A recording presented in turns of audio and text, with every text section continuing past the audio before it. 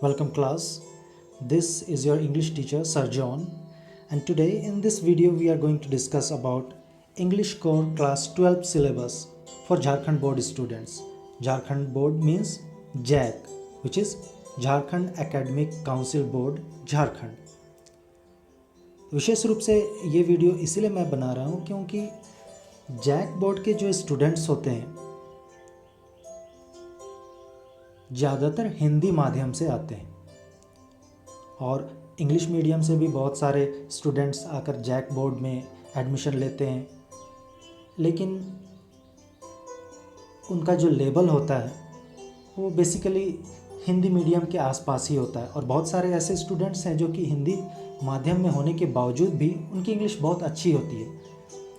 मेरा उद्देश्य ये है आप लोगों को ये सिलेबस आप लोगों के साथ डिस्कस करने का कि कोई भी विषय आप पढ़ते हैं तो जब तक उसके सिलेबस को पूरी तरह नहीं समझेंगे तो आप उस विषय को पढ़ने के बाद जो एग्ज़ाम्स लिखेंगे उसमें आपका परफॉर्मेंस कम अच्छा होता है। परफॉर्मेंस होता है अच्छा, लेकिन थोड़ा कम अच्छा होता है। यदि सिलेबस हम समझेंगे तो आपका परफॉर्मेंस लेवल बढ़ जाता है। और वो किस तरह? वो जब आप सिलेबस समझेंगे, पाठ को पढ़ेंगे, मेरे साथ में क्लासेस करेंगे, अटेंड करेंगे ऑनलाइन क्लासेस, और जब एग्ज़ाम्स आएंगे तब आप लोगों का परफॉर्मेंस, आपके पेपर का जो मार्क्स है वो दिखेगा। तब आप लोगों को ये बातें उस समय मूल्यवान लगेंगी। तो चलिए हम बिना देरी किए हुए इंग्लिश कोर क्लास 12 के सिलेबस फॉर जैक बोर्ड समझना शुरू करते हैं। आप लोगों के सामने है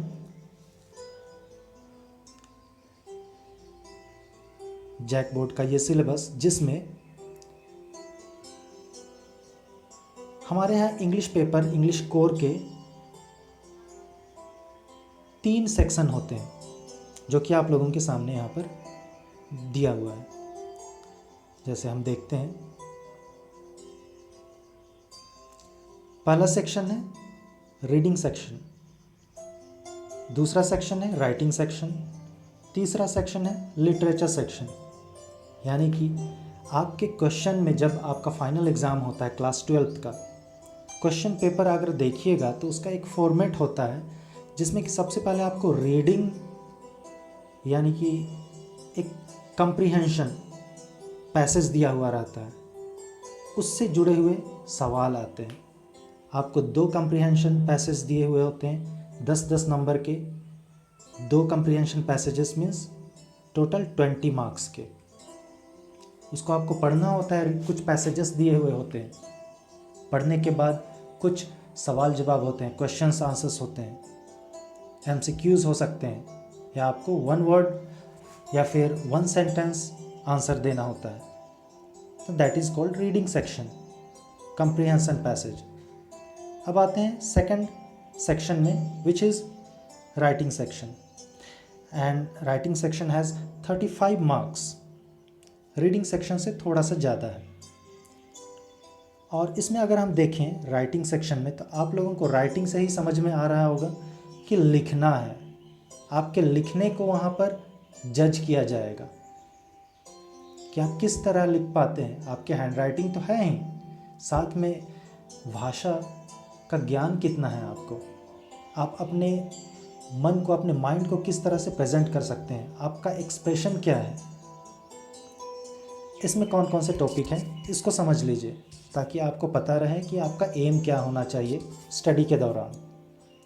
so this is writing section and it has notice writing, note making writing, poster making, invitations and replies, letter writing, report writing, factual description writing, article writing, advertisement writing।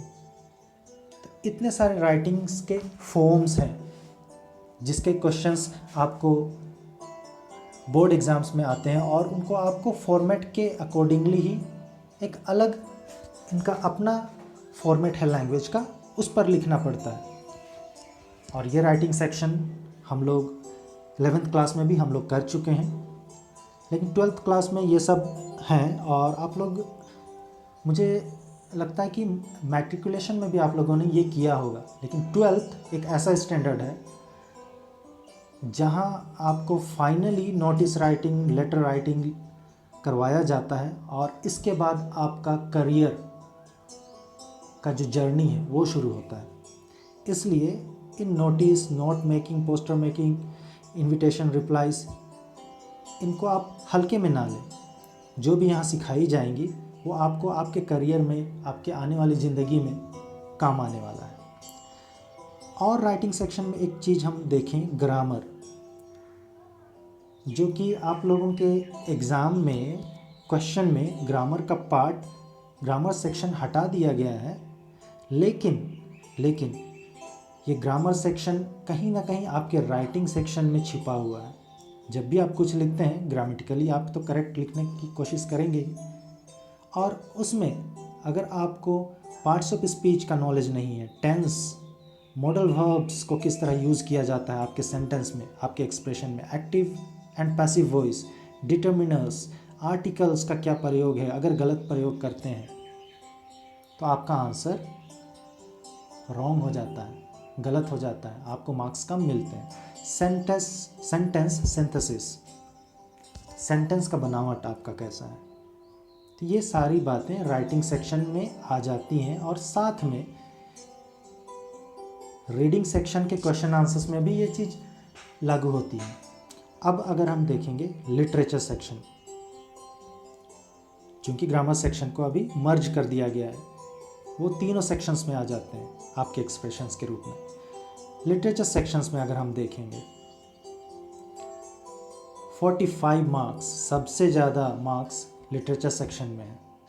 और लिटरेचर सेक्शन मीन्स साहित्य, means कहानियाँ, कविताएँ। और उसके लिए आपके यहाँ 2 books हैं, फ्लेमिंगो एंड विस्टास। ये NCERT की क्लास 12th की किताबें हैं, इंग्लिश की कोर कोर्स, और ये सप्लीमेंट्री रीडर।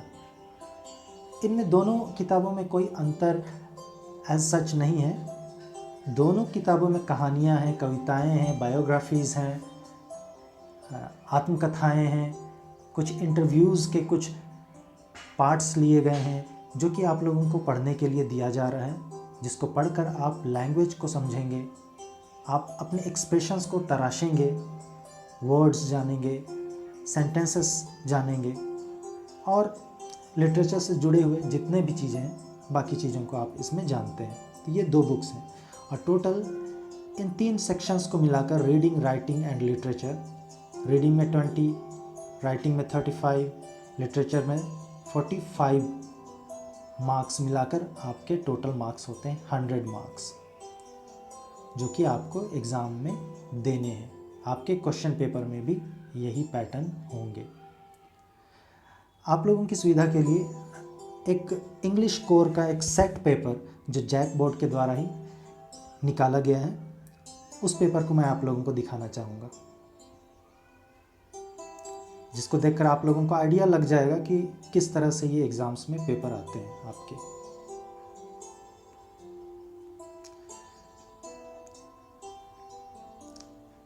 तो यह English core set 1 class 12th, इस तरह आपका क्वेश्चन पेपर होगा। Full marks 100, pass marks 33।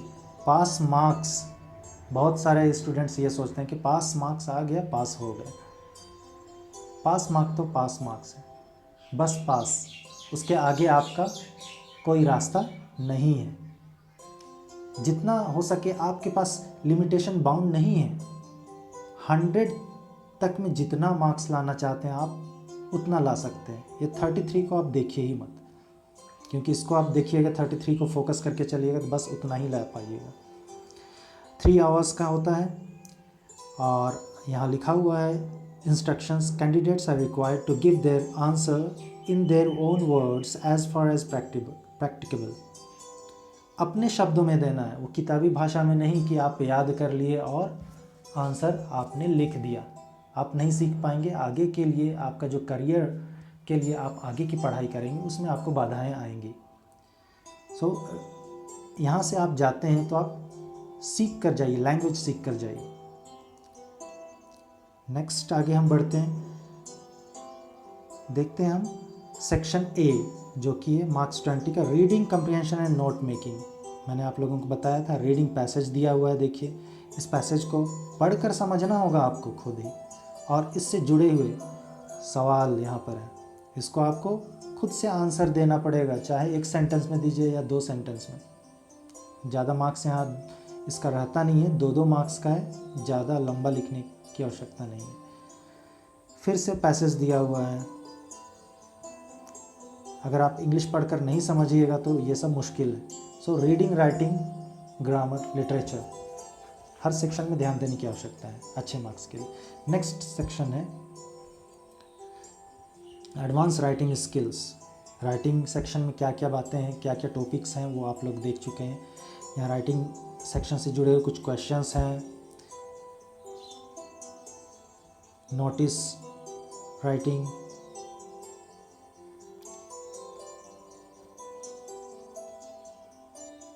इस तरह और करके आपको दिया हुआ है, जिसमें कि लेटर राइटिंग है। लेटर राइटिंग में भी 2-3 तरह के हैं, letter to the editor, application, formal informal जो होता है वो आपको पता करना है। और इसका जो वर्ड लिमिट है 150 to 200 वर्ड्स। देखिए article writing 150 to 200 words approximately.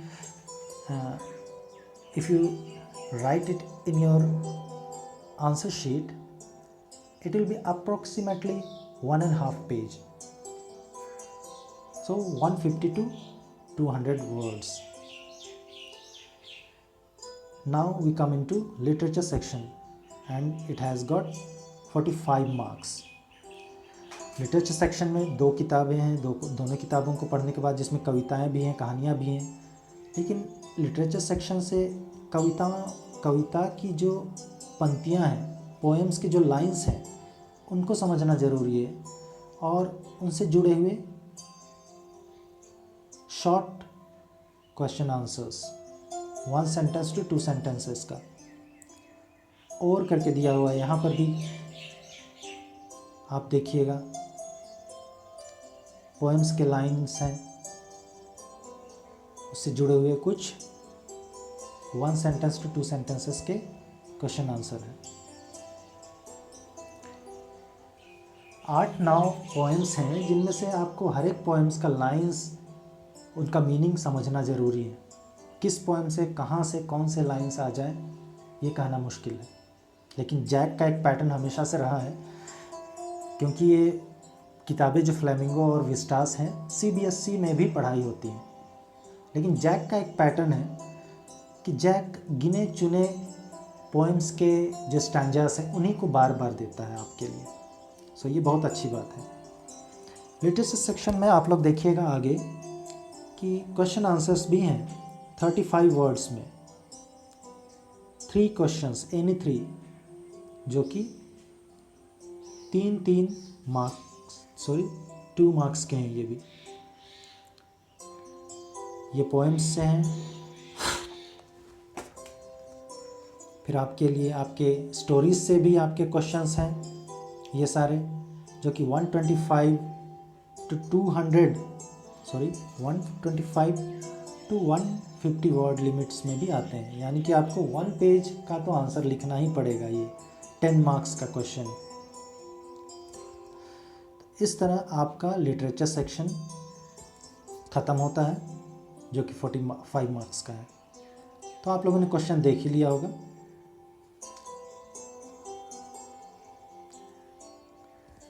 तो ये है आप लोगों का इंग्लिश कोर क्लास 12th का सिलेबस जैक बोर्ड के लिए, झारखंड स्टेट के जो स्टूडेंट्स हैं उनके लिए।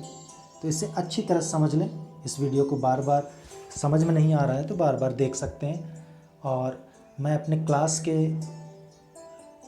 ग्रुप में मैं इसका PDF भी डाल दूँगा, और ये मैं आप लोगों को दे रहा हूँ। आप लोग जितना हो सके अपने दोस्तों से शेयर कीजिए, और आप लोग अपना एक मिल करके एक तैयारी कीजिए, क्योंकि अभी जो सिचुएशन है, इस सिचुएशन में झारखंड की सरकार ने 12th क्लास के स्टूडेंट्स को यूं ही पास कर दिया है, लेकिन उसका खामियाजा बहुतों को भुगतना पड़ रहा है कि उनके मार्क्स उस तरह से नहीं आ पाएंगे जितना कि उनको आगे के करियर के लिए ज़रूरी है। तो आप लोगों का एक अच्छा मौका है कि आप लोगों को तैयारी करने का मौका मिल रहा है। तो शुरुआत करते हैं इस सिलेबस से। So thank you and best of luck.